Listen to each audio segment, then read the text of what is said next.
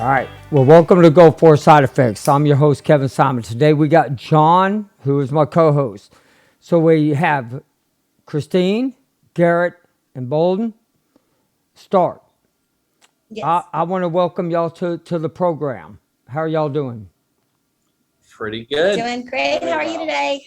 Doing good. I want everybody to know, which I'm going to give a little update. Matt, who was a former Navy SEAL, who passed away in 2020.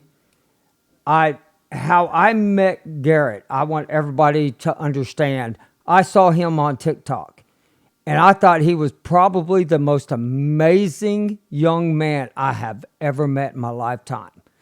I mean, your videos y'all's family is just incredible. And so Thank I would like for y'all to kind of introduce yourselves and, let's talk about your husband, do a little intro on that, please. You start. Okay. I'm Christine Stark, and I was married to Matt.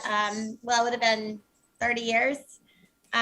We actually met in a nursery school, and then again in high school. So we dated from 15 on, and then we got married as soon while he was in buds, actually. So that's a hard one. Getting married during buds, I'll tell you that. But he was incredible. He was one of the strongest I knew in high school, and he was one of the strongest I knew in the teens. He was known as the pull-up king. He could do, what was it, 55 pull-ups. And Only 65. maybe it was, I don't know. I know it was 55. Oh, 70. And then he could do like 15 one-arm pull-ups. So our dates consisted of me timing him for runs or counting his laps or counting his push-ups or pull-ups. So we just got really close, and then we were pretty much inseparable after he got sick. So I mean, I guess I'll wait and whatever questions you have. We didn't have kids till after he got out of the military. It was actually, we weren't planning on having kids, but he got sick. And he, like I said, he'd never been sick, never been down or anything, never had anything. And then we were just I was watching him play soccer. All the wives, girlfriends, we were out, and it was in Hawaii. Because you can't just be a Navy SEAL, you got to also play soccer at night. So and he scored a goal, and then he went back to the middle of the field to start again, and he had a full-blown seizure. And it was at that point, we knew obviously something was really wrong. But we went home and discussed it before we went into the hospital. He was actually scheduled to go to Dev Group, to SEAL Team 6 that summer. So this was back in January. And so he was on his way, and it's like getting hit by a semi truck, just changed everything. So anyway, then as soon as he got out, because it was brain cancer, I was like, this man has to have kids because he's amazing. And so I said, we're going to have kids now. And then I came along.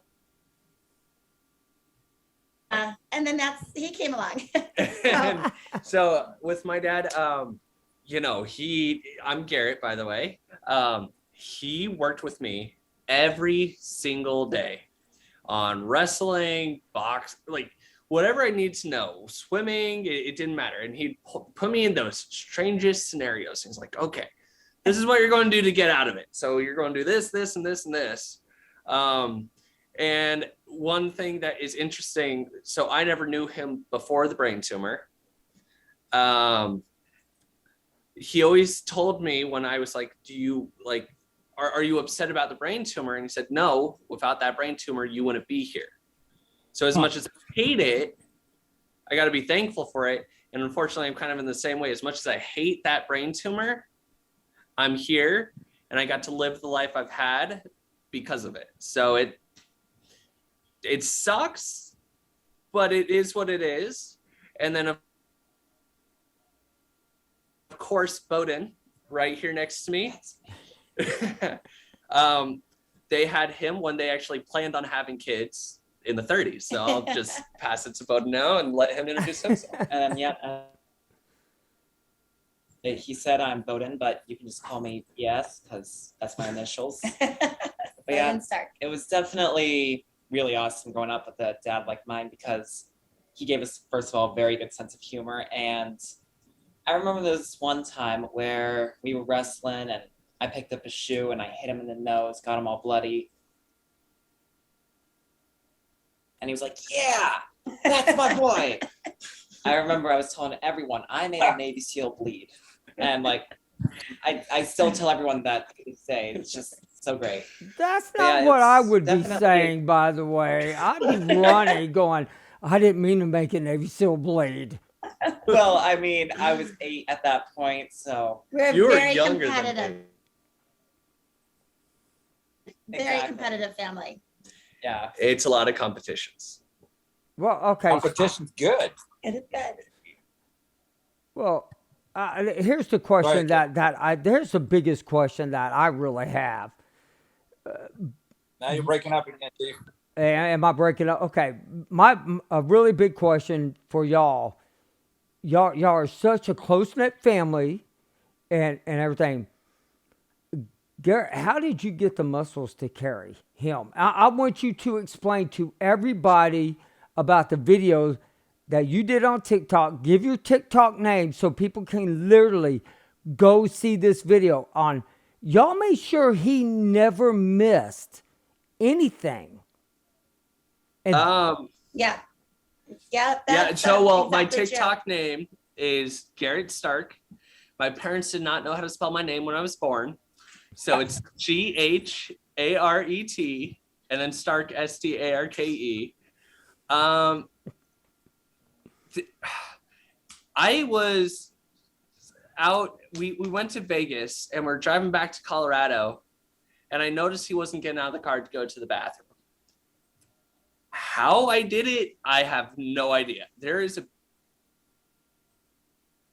picture of me and him, and I'm sitting there smiling, he's sitting there smiling. I'm looking like I'm about to drop him or just fall to my knees or whatever. How I did it, I have no idea. How old were you at that time? Nine. Was it 2017 or 18? It all sometimes it kind of blends together. It kind of. Sure. I want to say maybe your birthday 2018. And so he got. So you would have been your 25. So if it was 17, so you're 25, and that was. I think it started when I was 19. Is when I started carrying him. He started getting pretty sick when I was 18. Started helping brush teeth and stuff. But I remember my mom saying he needs to go. I don't know what to do. And said, just let me pick him up and carry him. I can do it. Yeah. I still look back and I don't know how I did it. I really. One, you're a young fella. Two, you weren't gonna. I mean, okay, so your dad's a Navy SEAL. You weren't gonna let down. You damn sure weren't gonna let down your dad. Okay. He's a SEAL, and that added to the height of this young fella isn't going to fail. So, I mean, I understand the mindset. So it's a lot of adrenaline, a lot of mindness. Mindset was, my mom's going to kill me if I drop him. And I was probably tired because I was probably driving a really long time because Matt couldn't drive. He couldn't drive from 1997 and on. Or 1996 and on, he couldn't drive. So that's a lot of driving. And I probably said, just get it done. Yeah. I think those were the exact words, just get it done. Just get it done. I'm tired. I want to get home. Wild Branch is a truly pure cannabis oil. They make CBD containing 0 THC and no carrier oils.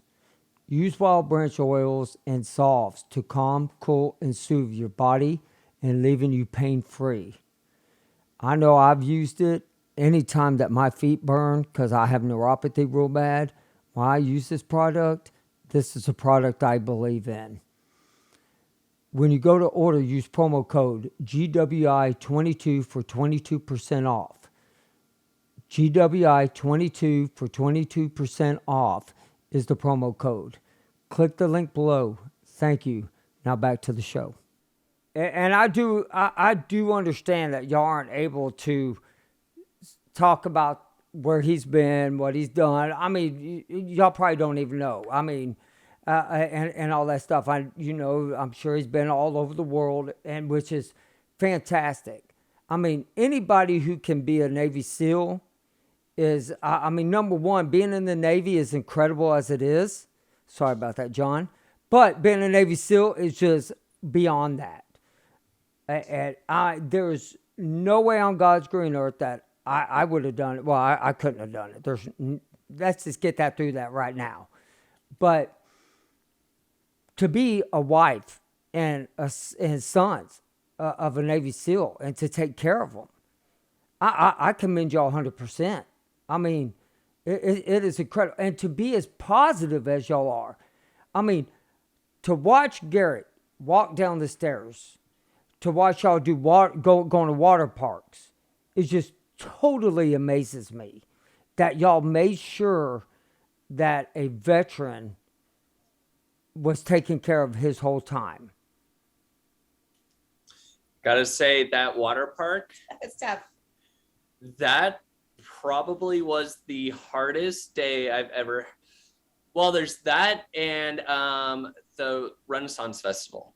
Those were the hardest days I think ever, because when I put him on the water, I don't know why I did it 4 times on 4 different slides, but every time we hit the bottom, it was picking him up on a waterbed, essentially a waterbed. You're on your knees, you're grabbing him, and we did not get this on video because my mom was so scared. She was just sitting there holding it still, so it was never on video. But I'm sitting there on my knees.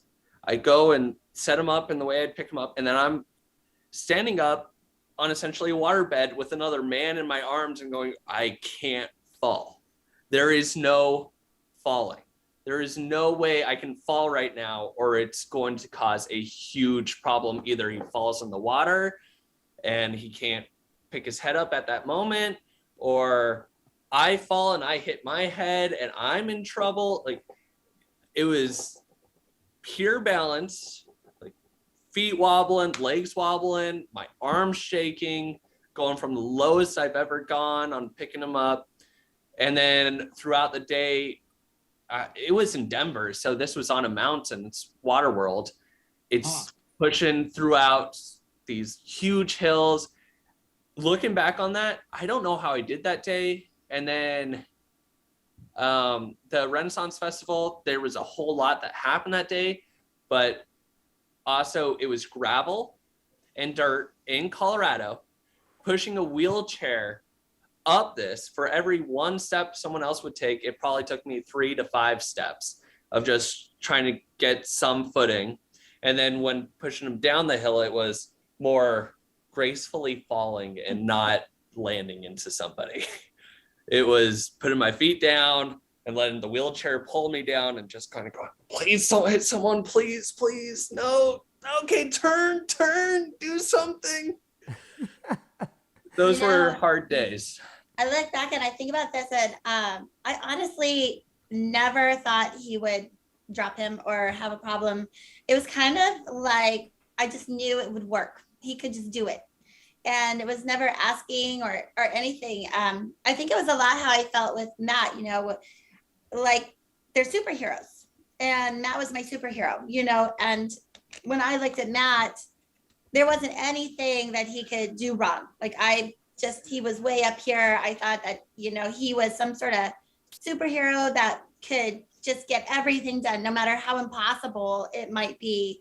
It just was improbable, is what he would say. But nothing's impossible. But he could do everything. And I, like, for instance, the things that I remember, we were rollerblading one time, and we, very competitive. We were rollerblading. This is time, no helmets. This is after the brain injury, after not brain injury, but the brain tumor was taken out. And we were rollerblading, and he was doing great. And he passed me, turned around really fast and said, I win, and fell back and hit his head. and he actually had subarachnoid hemorrhaging. This is after. And I just was like, just get up, you got this, get up, because that's how I was with him. You're going to get it done. And that's how I was also with Garet, that this has to be done. There is no choice. So let's just do it. So I never once thought, oh, he's going to fall, or how's he going to get out of the water? He was a superhero, just like his dad. So that's how I looked at it. So it's crazy looking back, because now I'm like thinking, what in the world? But we weren't thinking then, and we just did it. Now, do any of y'all ever think about wanting to try to be a Navy SEAL? Boys? I dressed up as a Navy SEAL every single Halloween when I was younger. He had a black trident that he would let me wear to school with a Navy SEAL costume, the actual trident. I had so many kids, well, I guess they weren't kids, their classmates say, that's fake. I'm like, no, this is not fake. This is real. Like, what the heck? I'd get angry at them because they would say it was fake. And for the longest time, I really did want to, but after talking to him and so much stuff over the years, seeing what they have to do, eating banana slugs, it doesn't sound fun to me. And then So Garet, what's the age difference between you and Bowden?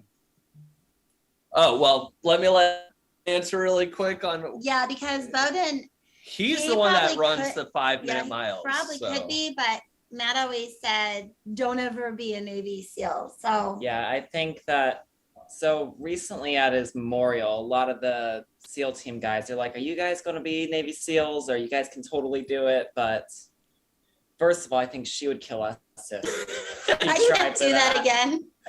And secondly, it's a large commitment. It's about 20, 30 years of your life. And once you go into it, you can't really get out.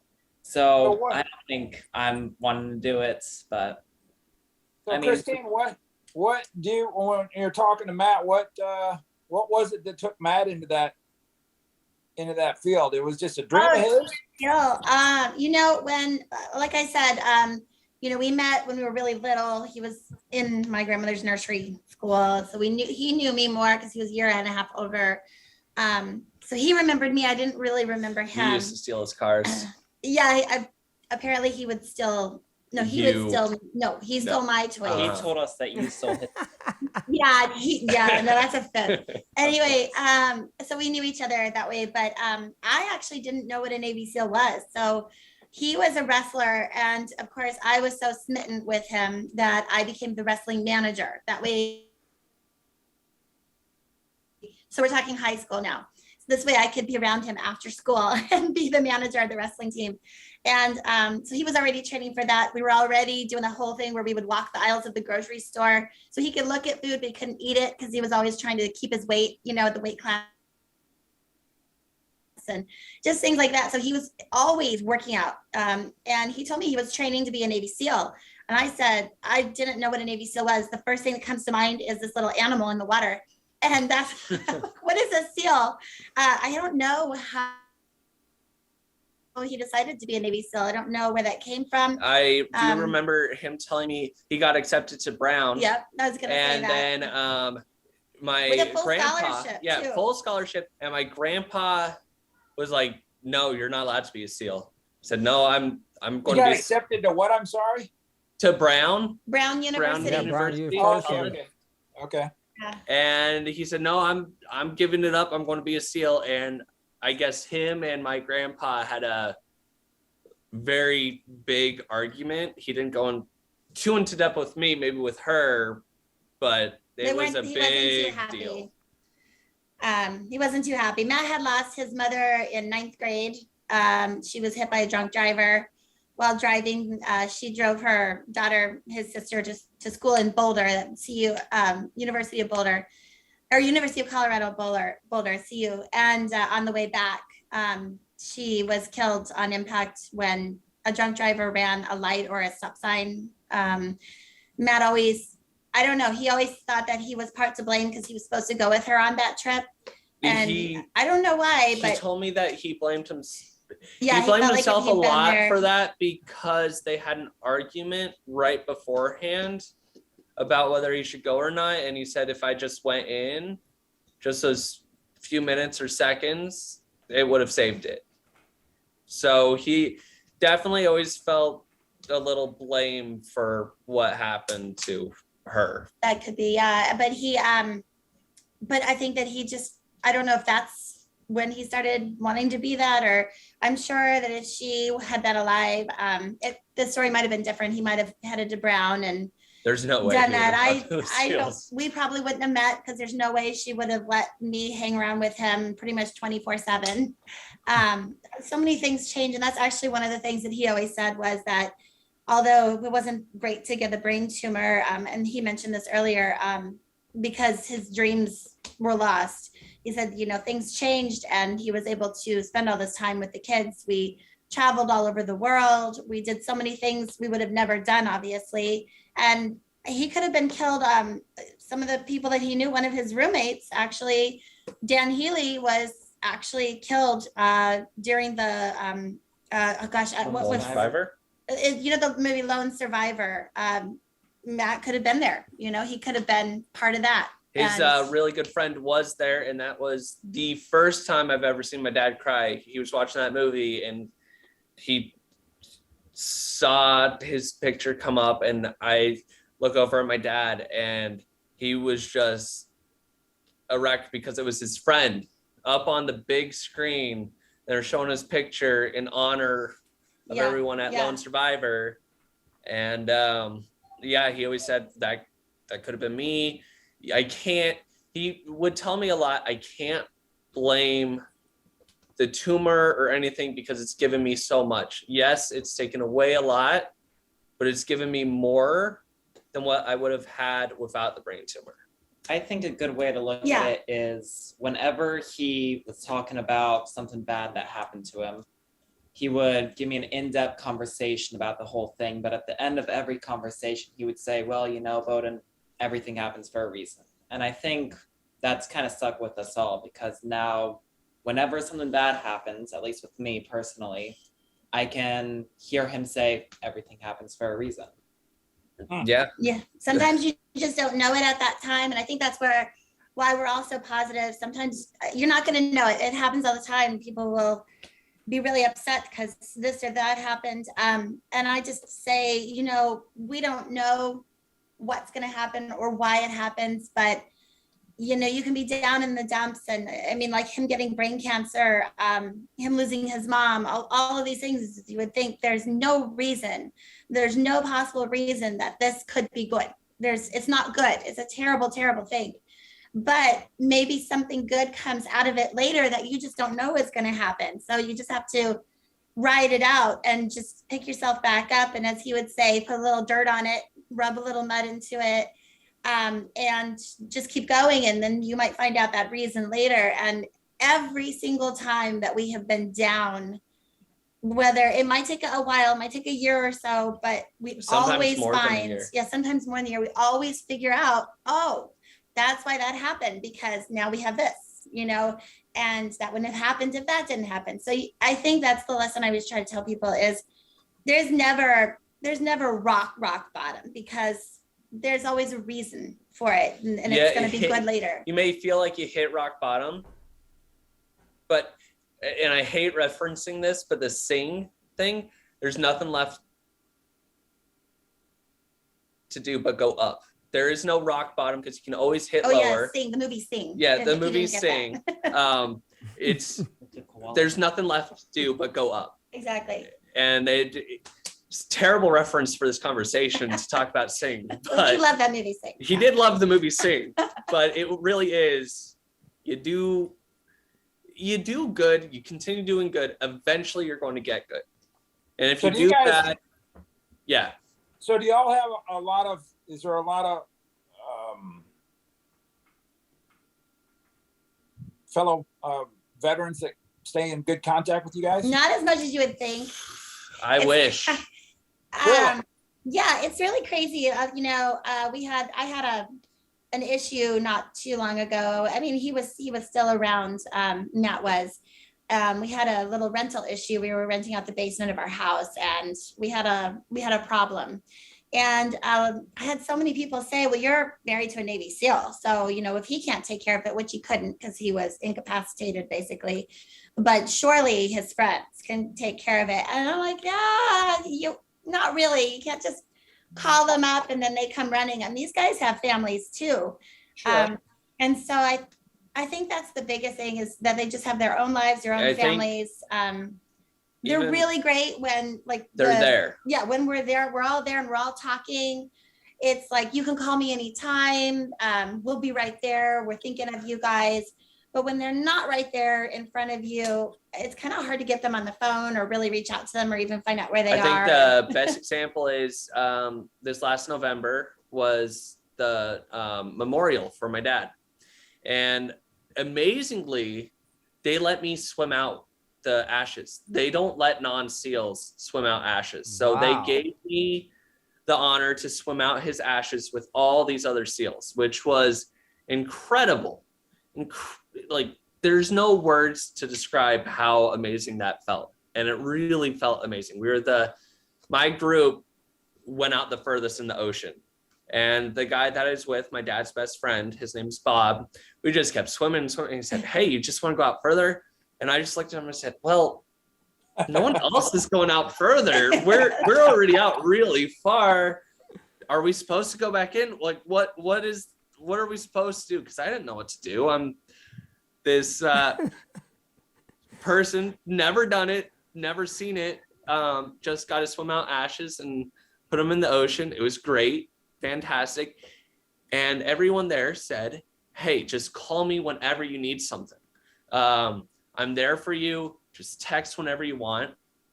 And then I did, preparing for this podcast, because I knew there was going to be some questions and stories and stuff. So I did. I reached out to them. I said, "Hey, when you get a chance, can you give me a call and tell me some stories about my dad?" I never got a call. And it's been it's been weeks. They've definitely had their chance to call. And I know that they're all busy, but I even when they were here, I always went up and I said, "Hey, can you tell me the story? Or this, or this, or this." And all the time they said, later. So are they there when they're there? Yes, they're great. I love them. They're fantastic. But when they're not here by us and by our side, I can't rely on them the way I wish I could. Right. I understand that. How about the VA? How was the VA with everything? Oh, You knew this topic was coming up, I think that well, answer for me, just the Well, I will tell you explains that it all. when he initially got sick, I was 23. I think I was 23 years old. So I'm a 23-year-old college student at the University of Hawaii, Manoa, and I wouldn't know what to do. And he gets out, and he's pretty disabled at the time. I hate saying that word, but he was paralyzed. Right? He was paralyzed when he first got out. He had to actually get all that back. So a lot And of that people was in- know that. That was in 96. He got out in late October 96, and Okay. but he went under the knife in February of 96. So Okay. as soon as he was able to walk, I was just like, "Nope, you're not just gonna sit. We're getting out of the room. You're gonna get up. You're gonna walk again." Because when he woke up, he was completely paralyzed from the neck down. And I just had that attitude of that's not how we're gonna do this life. It was donuts thing. that brought him back. I literally, the doctor had said he had no idea when he'd get back because his entire premotor area was taken out. So they said it might be nothing. He might be paralyzed, or he might get it all back, or we don't know. So when he got out of the hospital, they didn't keep us in there very long because I guess I'm not the best person to have in a hospital, and I was with him pretty much 24/7. So I would be like, nope, he's resting, and I'd put a door in front. I'd put a chair in front of the door. You can't come in. You know, they didn't really like that. I don't know. I just was taking care of him. When we got out, I told him, I'm going to push in the wheelchair, but when we cross the street, you have to you have to walk. You have to walk yourself with the wheelchair. And he did that so we could get donuts every night. So we did the loop every night. Pearl Harbor, we were stationed, he was stationed at Fort Island, and we lived over in Pearl Harbor, and they had a 7-Eleven that gave the donuts that he loved. So we would do that, and he got it back. And then soon after we toured Hawaii before we had to leave, and he was walking. It was very slow, but he was walking, and obviously things were going well because we had Garet not much later. So he was doing pretty good. And, yeah, and I just think that we always had that feeling of never hold down, but the VA, I didn't know what I was doing. They told me that we had all this paperwork. They wanted to give him like 10% or something, and I said, no, that's not going to work. So it was at least a year or two of paperwork before we finally got him rated. And then he actually got combat medical retired 100%. And it just took a lot of letter writing. And as a 23-year-old, you don't know what to do. And then on top of that, when he actually did get sick, the VA sent out caregivers. Like, well, yeah, okay, this so this is much later. Obviously. much later. This is why I don't like caregivers, is because I remember going out in town, and my mom calls me up and says, hey, the caregiver is not comfortable doing this. Luckily, and Bowden was really young at this time, but Bowden kind of took over with that nurse and caregiver. Like, he taught them how to do a change, and he taught them how to do a feed. And this was when he was 10, or like, he was young. And the caregiver just was not comfortable doing anything. Really? But VA provided that. And they said, oh, well, we'll try another caregiver. And if that doesn't work, then we will give your son that caregiving status. So it took 2 caregivers. Yeah. Both were terrible. They would change the channel on him. They weren't comfortable with him. And were these caregivers registered nurses? Were they med aides? Were they? I don't think they were registered nurses. I have no idea. I think they were just caregivers, just. But they were provided through the VA. Yeah. And the VA did not want to believe that, oh, these people weren't doing what they're supposed to, but they weren't. Like, they weren't. And it took a while. I think it was after my dad. No, it was just before he passed away when they actually finished the modifications on the house to be wheelchair friendly. Like, so he just never even got to take advantage of that. Yeah. I think he took one shower, and the wheelchair, like, handicap shower they set up. They just did they could have done more. I guess that's long story short. We appreciate what we get, of course. I mean, like, they give the kids will get school, they get their college paid for, we get certain things like, medical, very appreciative, obviously, especially in this day and age when so many people have it so rough, and people can't afford They're medical, amazing. But, what they did was amazing. It just was a really big fight to get, even for when he just started getting sick and writing all those letters just to say, hey, he was sick. I know this story. The reason they said, oh no, this might be genetic for the brain tumor. But he fell out of a helicopter, cracked his helmet. So they went and gave him an MRI, and there was nothing there. That was about a year before he got sick. And then a year later, they find the brain tumor. So it was something that happened in between those points. So all of his health care, I'm assuming, Christine, then came through the military, yes? Yes. Well, it did, but honestly, like I said, we were just real young, and I guess young and dumb. I actually didn't know that, and so we were actually paying doctors. We didn't know he had this certain insurance. So we knew he had some insurance, but we were literally paying a lot of those bills. And that happened actually when I was older. I remember being 14. He was older. I was like 13, 14, when they finally said, wait, we can get this paid for through the VA. Yeah, we didn't And know this it was was free. 13 years after me being born. Yeah. So we paid quite a bit At of least stuff that we 13 didn't need years to anyway. pay. The funny thing is Matt actually him and I would go and we would sell plasma. You're not supposed to sell plasma if you have cancer, but we needed the money. We didn't have a lot of money. We had kids, and you know, There was food you don't get a banks. whole lot from being medically retired. You know, it's a little bit, and so we did food banks. We would donate plasma. Free Yeah, lunches at school. Yeah, all that kind of stuff. So Scholarships for all sports. and then I had to be with him 24/7 because of the seizures. You know, like I said, he couldn't drive, he couldn't take a bath on his own. You know, we didn't know when he would have a seizure. We'd go running and he would run a different way. But one time he actually ran a different way. And then I heard the ambulance and I knew, I don't think I ever ran that fast.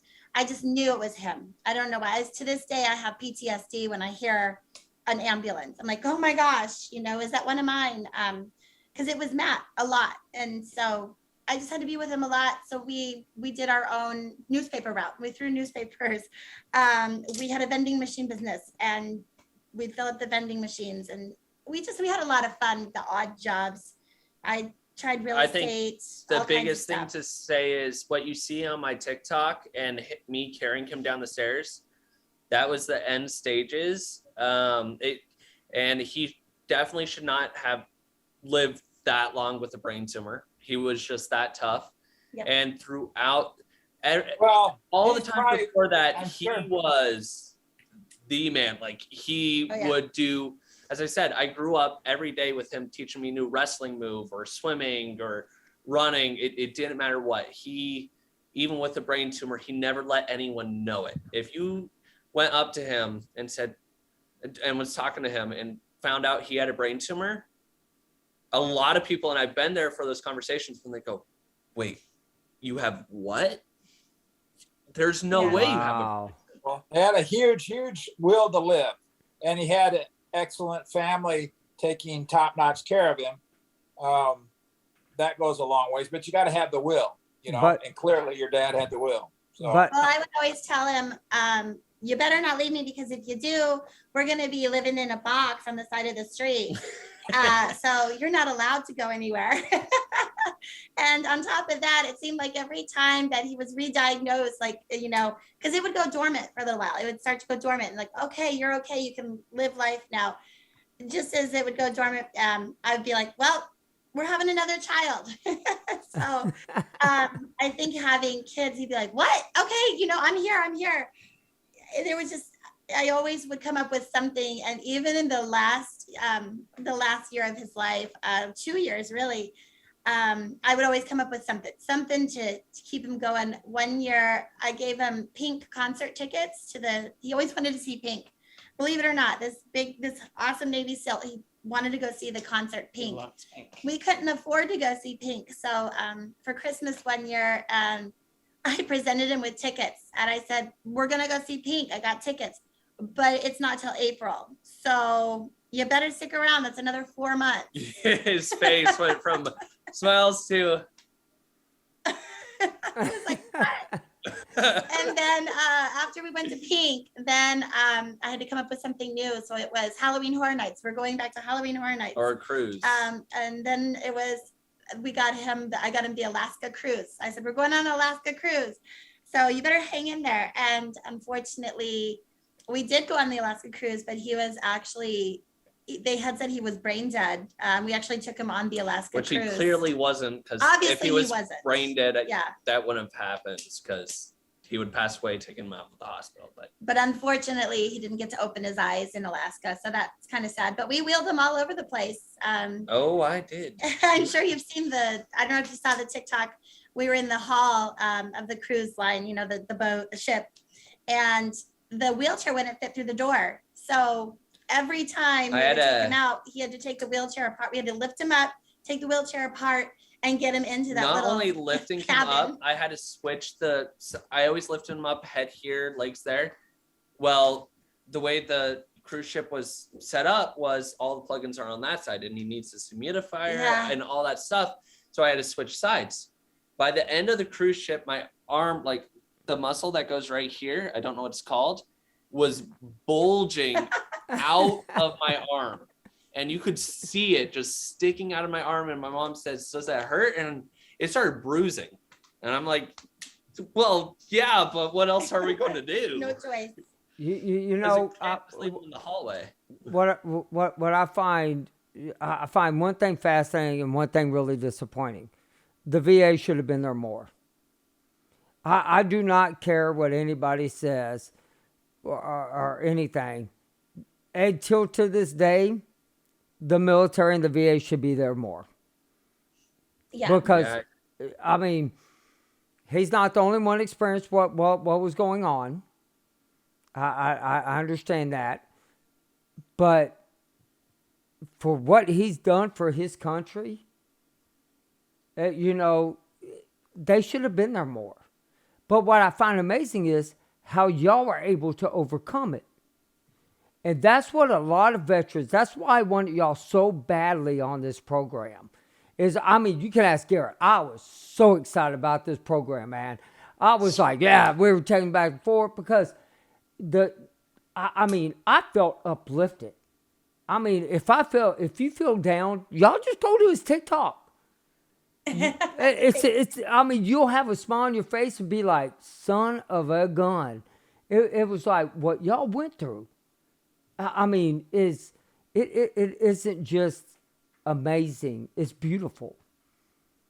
As a family, all of y'all stuck together. It isn't just y'all two. I mean, you know, BS sitting over there. I had to say it. I'm sorry, but him sitting. You're freezing up, Chief. A little bit. Yeah. With BS sitting over there, you know, he's like, "Hey, I'm feeling out of the conversation, though." But even he had to go through it. Yeah. And I mean, I do know you got twins, correct? Yeah. Max and Will, Yeah, what You they're can- right here. they want to show their face. I wanna want them show on. Tell them to come on. Oh, Oh, wait, never mind, he's he backing tiptoed off. away. Tiptoed Oh away. no! Come here, Max. Come here real quick. Really quick. Here's one of them. He just wants to say hi. Show his face. Hello. All right. I just want to apologize for you being a twin because I'm a twin myself. Oh. And so I know how it feels to share everything. Very Oh, yeah, friends, everything. But Everything. sometimes, like at 3 a.m., I'll hear them going, Maximus, you stole my toy. That's Yeah. because you got middle child syndrome. I just says. I mean, I'm sorry. That's But right. You're the middle. That's true. I yes. know. But now, Garet, let's talk about something that is near and dear to your heart. This fundraiser that you're going to be, you're trying to create. I guess. I want you to talk about what you're trying to do, and how we can help as a veteran family. So what I'd love to do, and I have no idea how to. I would love to, one, create something almost like a Make-A-Wish Foundation that allows people that were in my dad's state or close to, or even just super, super disabled to travel and see the world, like where they want to go. And on top of that, I want a wheelchair to be there that can move either just a few inches down or a few inches up. It doesn't sound like it'd be difficult, but it's like $10,000 to find a wheelchair that can do that. Me personally, like lifting him that much, my right wrist, it's wounded, like it hurts He can't all even do any weights. the in the time. gym I can anymore. barely do push-ups, which it sucks a Even, lot. the other day And I with know if bowling, I had that little bit of the lift, Shoulder. it probably would have changed things.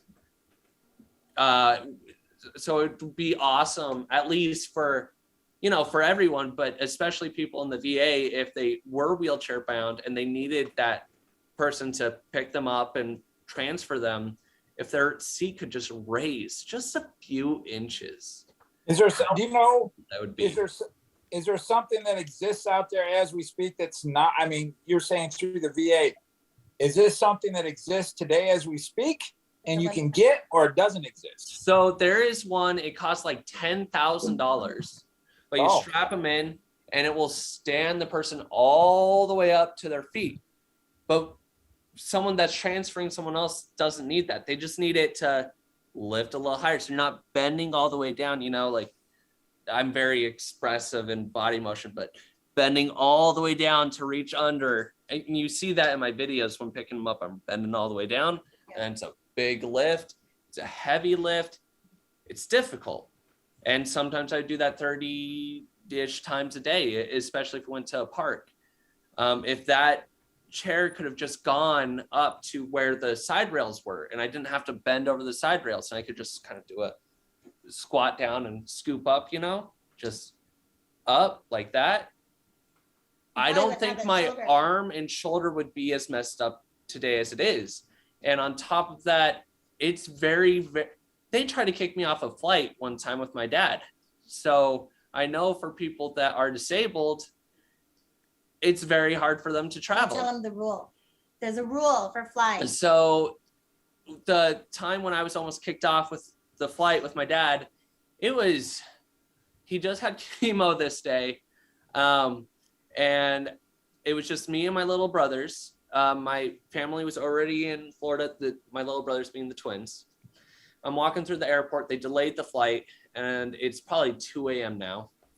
And they say, okay, we're boarding anyone like this. And they asked me, how am I going to get him on the plane? And I said, don't worry about it. I'll just pick him up and put him on the plane.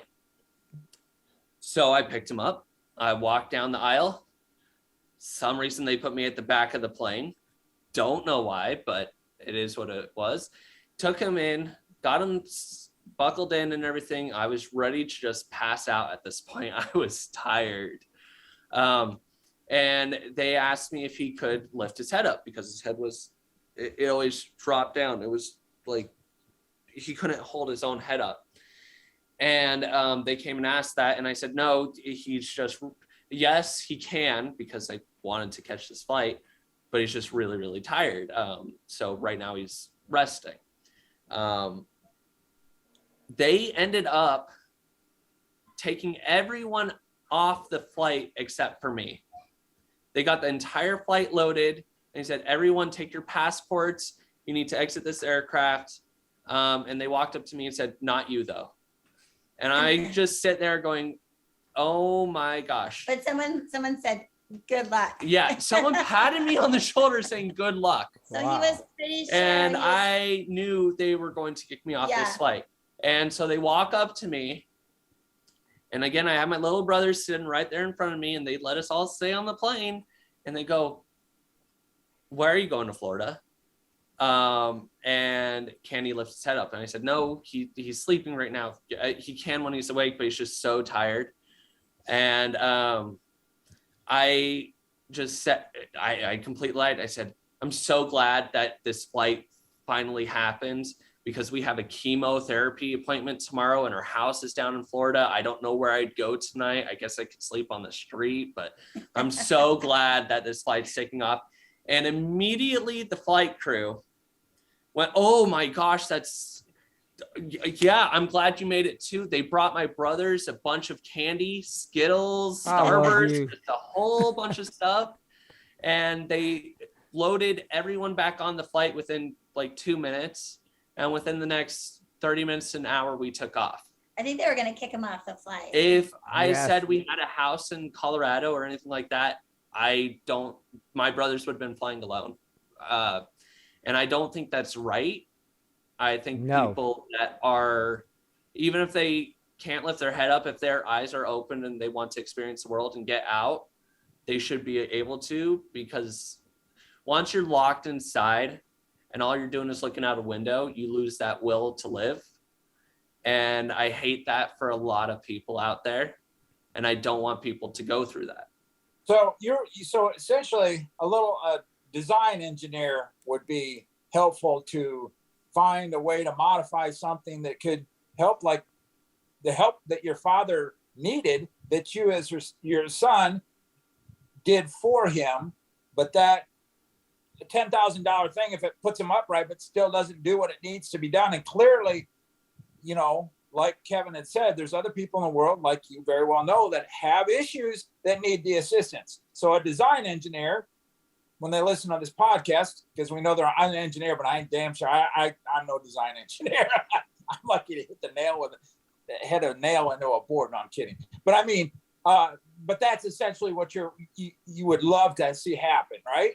I'd love to see it happen. I don't even need the name attached to it or anything. I would just want a wheelchair out there that can help people transfer someone else easier. As I said, the years of doing that, my shoulder and wrists, it's my right arm. It's kind of messed up. I hate admitting it, but it's true. There's pain there. And I know anyone else out there reaching down and lifting them up, they're going to get that pain too. And it doesn't need to be a thing. It doesn't need to happen. Right. Have you, Christine, well, anybody really, I guess, but I direct it towards Christine because your mom and you were clearly with Matt. Was there other SEALs or other veterans that are encountering this very same thing that you have to have had helped your husband with? The person in our neighborhood that passed away. Yeah. Remember they reached out and you said it was going to be okay and you felt so guilty about it. Oh, yeah, but that wasn't a SEAL. Oh. You mean other SEAls or? Well, it doesn't have to be a SEAL. I mean, this obviously, it doesn't have to be. This is for anybody. I mean, we would want help for anybody. And Garet sounds like a phenomenal idea. It's just a matter of taking that information to somebody that knows how to utilize it, i.e. an engineer. No offense. I mean, we all have things that we're good at, things we're not so good at. Engineer, that's what they do. Have you ever changed oil in a car and the doggone oil filter is in the most ridiculous place? And you're like, who designed this thing? You know, I mean, I didn't know if you... I think that there's a lot of people out there, whether it's a brain injury, cancer, the neck drop syndrome, which is kind of what we learned that Matt had. You know, there's so many people, and there are a lot of other SEALs that have either passed away or continue to live with this.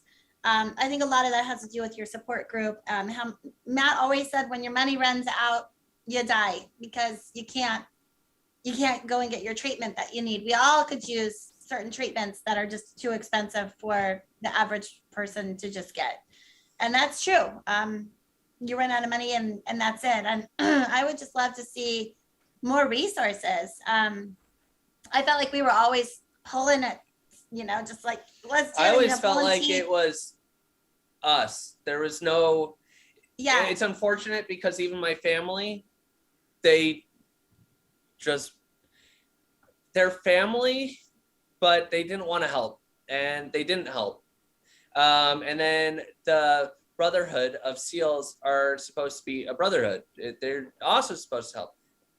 No one offered me any help. And I want to be able to offer these people who feel alone and can't get the help. Help. At least I had these guys. Like, I had a family. An immediate family. My extended brothers and sisters of her and my dad, they weren't there, which is unfortunate. His SEAL team group was not there.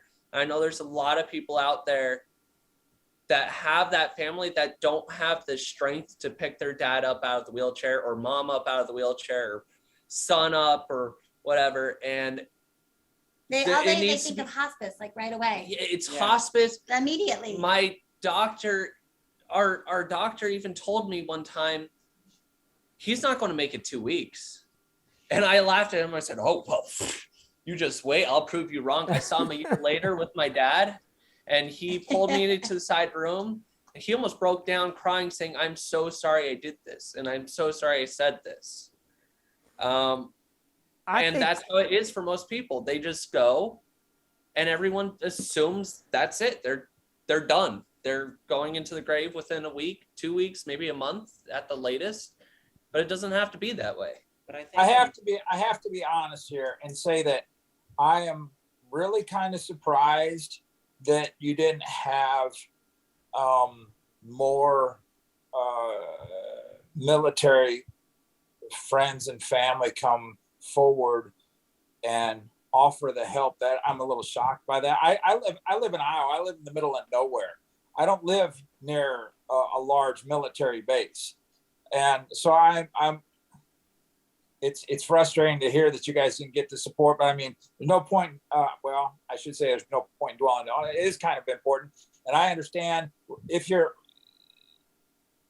even if, regardless of if you're in special forces or whatever, regardless of your job in the military, we say, hey, we're going to help you, then follow through on that comment.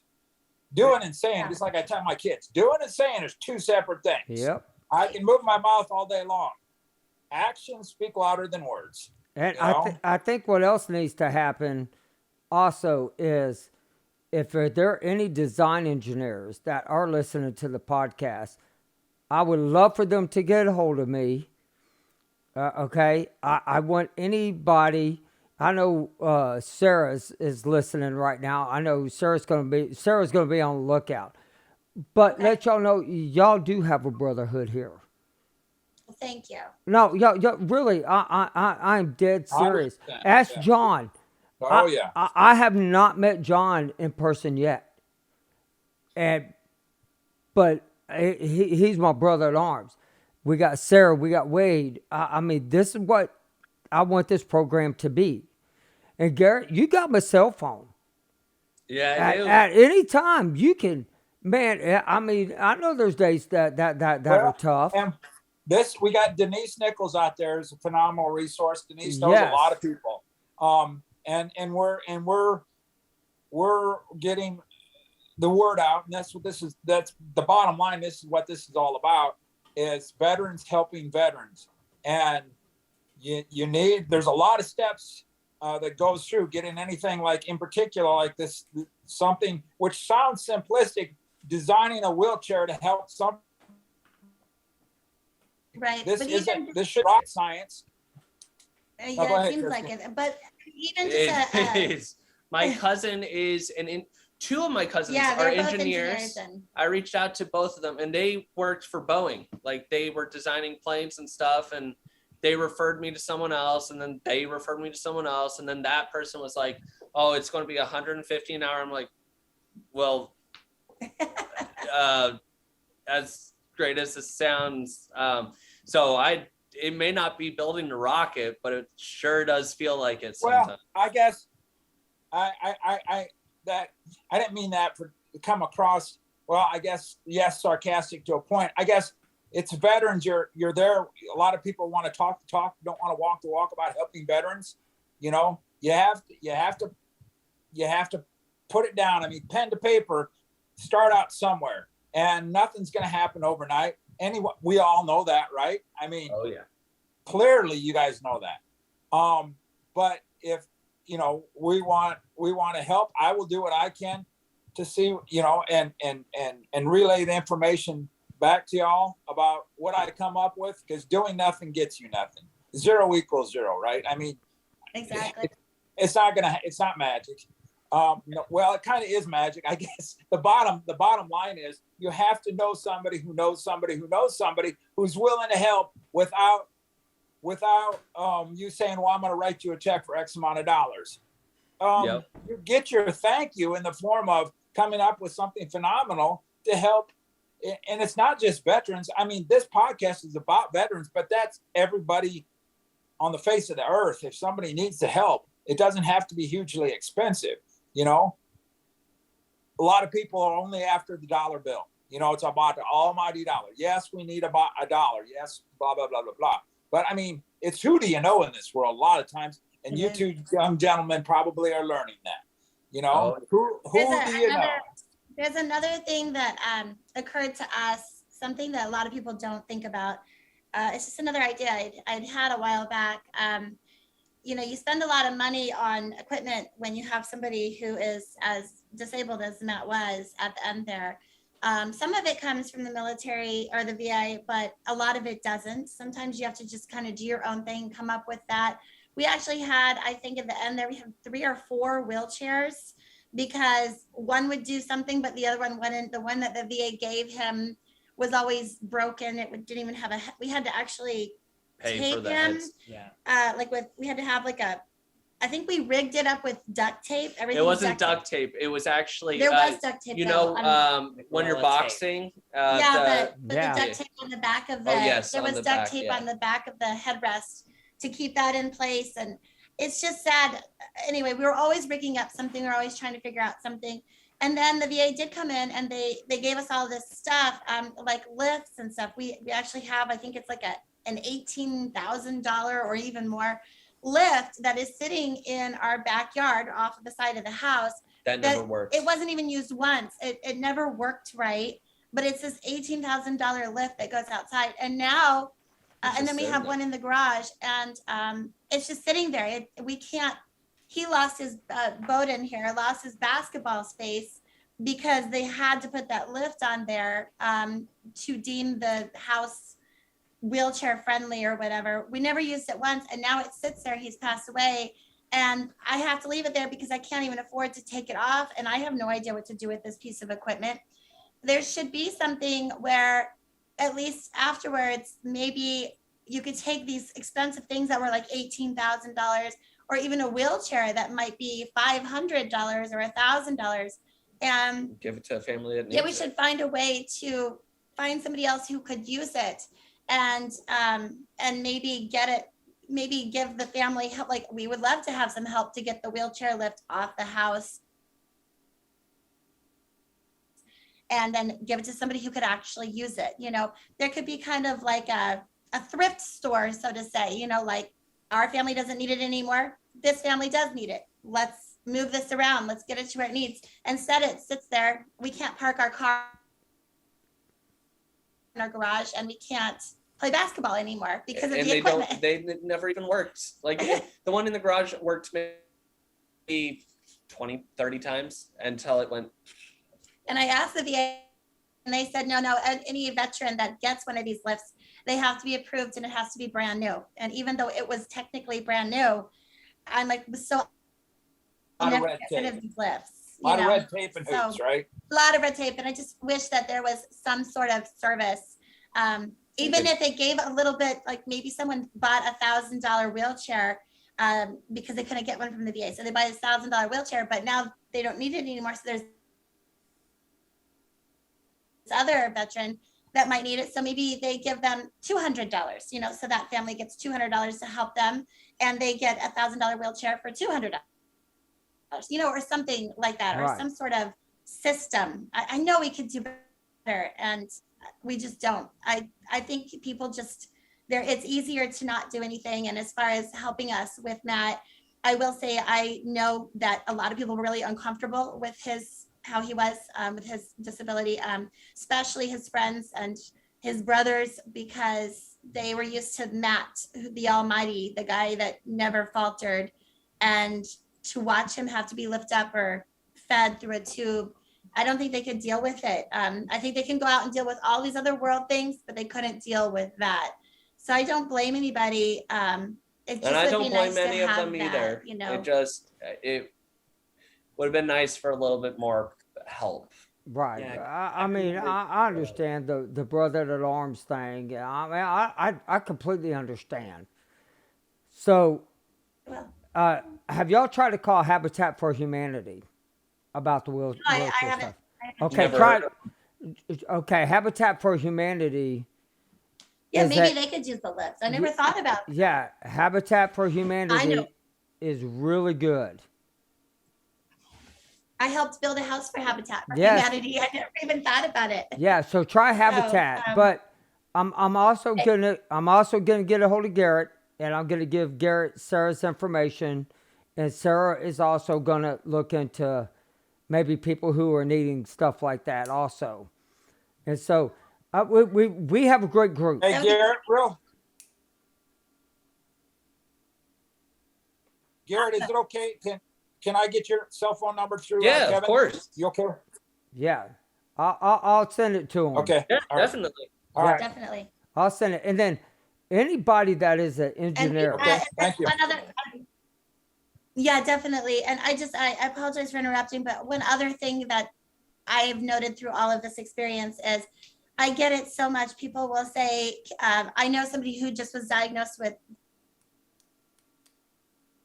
cancer. I know somebody who has this or that. It's every day, you get all the time, or a family that maybe lost their dad, can they reach out to you guys? Somebody will call me and say, is it okay if they reach out? I always say, yes, please do. Cause I feel like we're a wealth of knowledge. We have so much knowledge to share. And I would love to share that, but those people never reach out. I never hear from them. I get it all the time that, okay, they're going to Same call for you. me. I'm happy Never to heard from anybody. give So advice to anyone that needs it. I know even Bowden with, he's about to be 15, and as I said, he went through a lot too at a young age. So I know, at least I assumed that you'd be part of it. We all really, Definitely. we've been through a lot. We've experienced a lot, and we're fine sharing that information or helping out someone that just needs that little, hey, you're not alone. yeah. Awesome.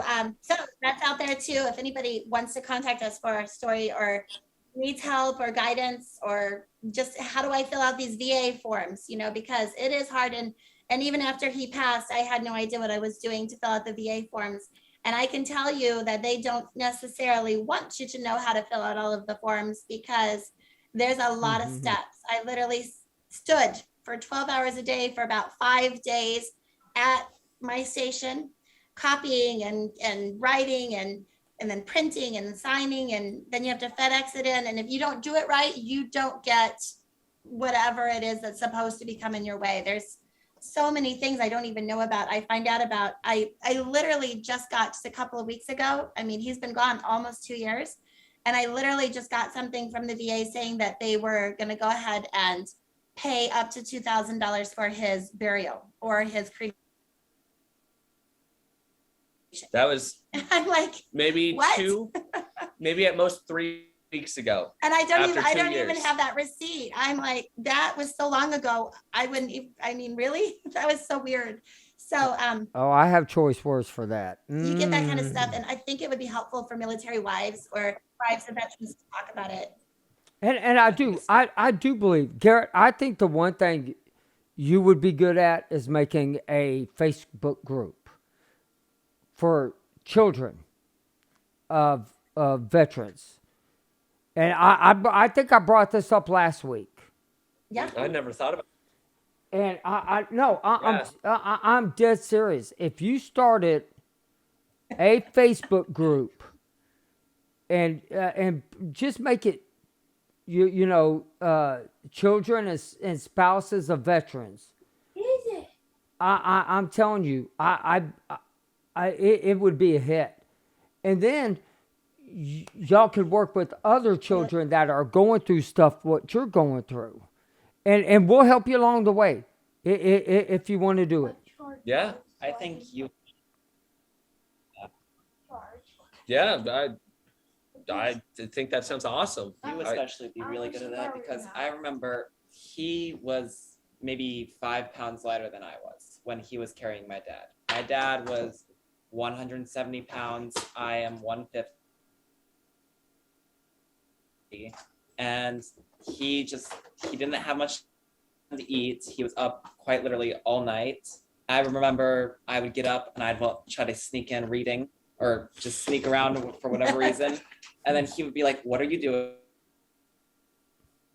He was always up all hours of the day. I remember he had to suction him out at 3 a.m., 3:30, 4:30. He definitely probably had the hardest time throughout those 3 years, because he had to pick him up. His arms were big, but they weren't relative to his body size. Like, he wasn't eating. I could tell that there was a big strain on him. So I think him especially would be very good with that stuff. I do too. it's something to think about. You can always get a hold of me, and we'll talk more about it, and I can help you out with it. I'll message you right after this. So Yes, and then that's awesome. and uh, let's also work on trying to find a designer for that wheelchair, but also let's also work on when you build that Facebook page, you can also make it a what's that word? A nonprofit for helping veterans and helping other people going through what y'all have gone through. But y'all, Yeah. y'all have a family group here now. We're here Thank for you. y'all, 24/7. And Garrett, trust me, you could call. Y'all can call me any time of the night. Same here. Same here. So I'll get your phone Appreciate it. number, Garrett, and I'll get in touch. It won't be tonight. But Okay, get in I'll touch be with you, waiting. okay, within the next And day or I'll two. reach out to you if that's okay tonight, and just talk about the Facebook group. And I'm actually I'm excited. I am. Gary's Not, also not as yeah. excited as I'll Oh be. yes, I do want to do a quick shout out, really quick. The Gary Sinise Foundation. Private Dan from Forrest Gump. Yeah. Oh yeah. He's the one that got us the wheelchair van, and he helped us out so much when the VA wasn't there. So he was amazing. We never And met him, but I've never met him in person or anything like that. But I he know you was. just said the name, but can you repeat the name again, please? It's Gary Sinise. Okay. Also Private Dan, Forrest Gump. Yeah. No. Uh, I just need to repeat the name because I'm terrible with names. So, I think Sinise is Sinese,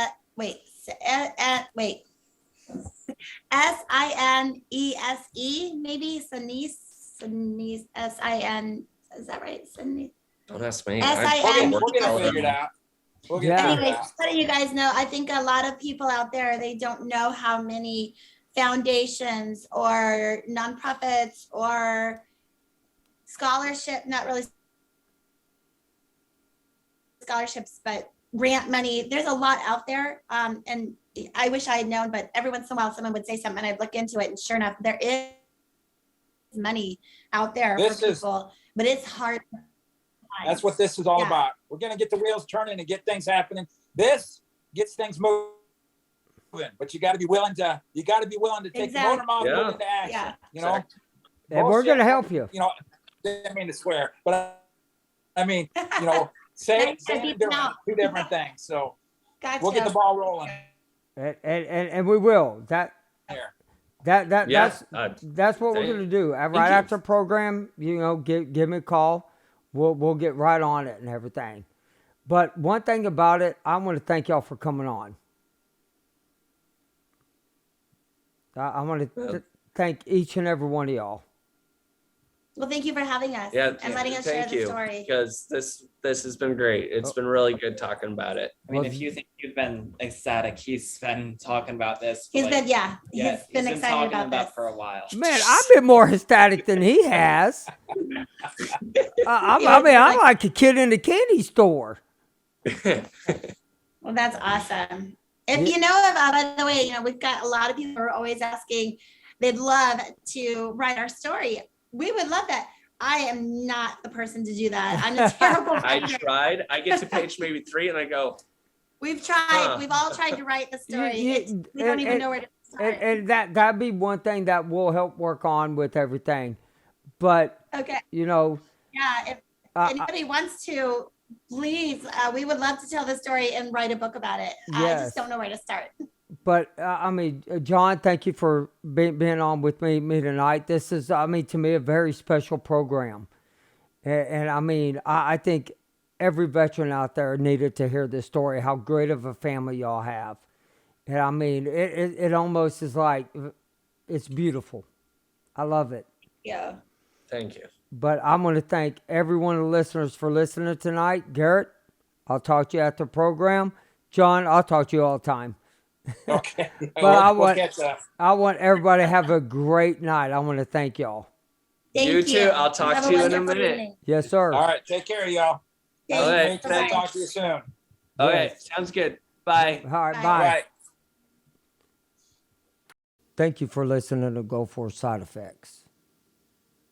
If you have any stories you would like to share or just have any comments or questions, please email me at kevinsimon@goforsideeffects.com. Just to let all of our listeners know, we have opened an online store. All proceeds will go to helping veterans connect. The link will be in the description below.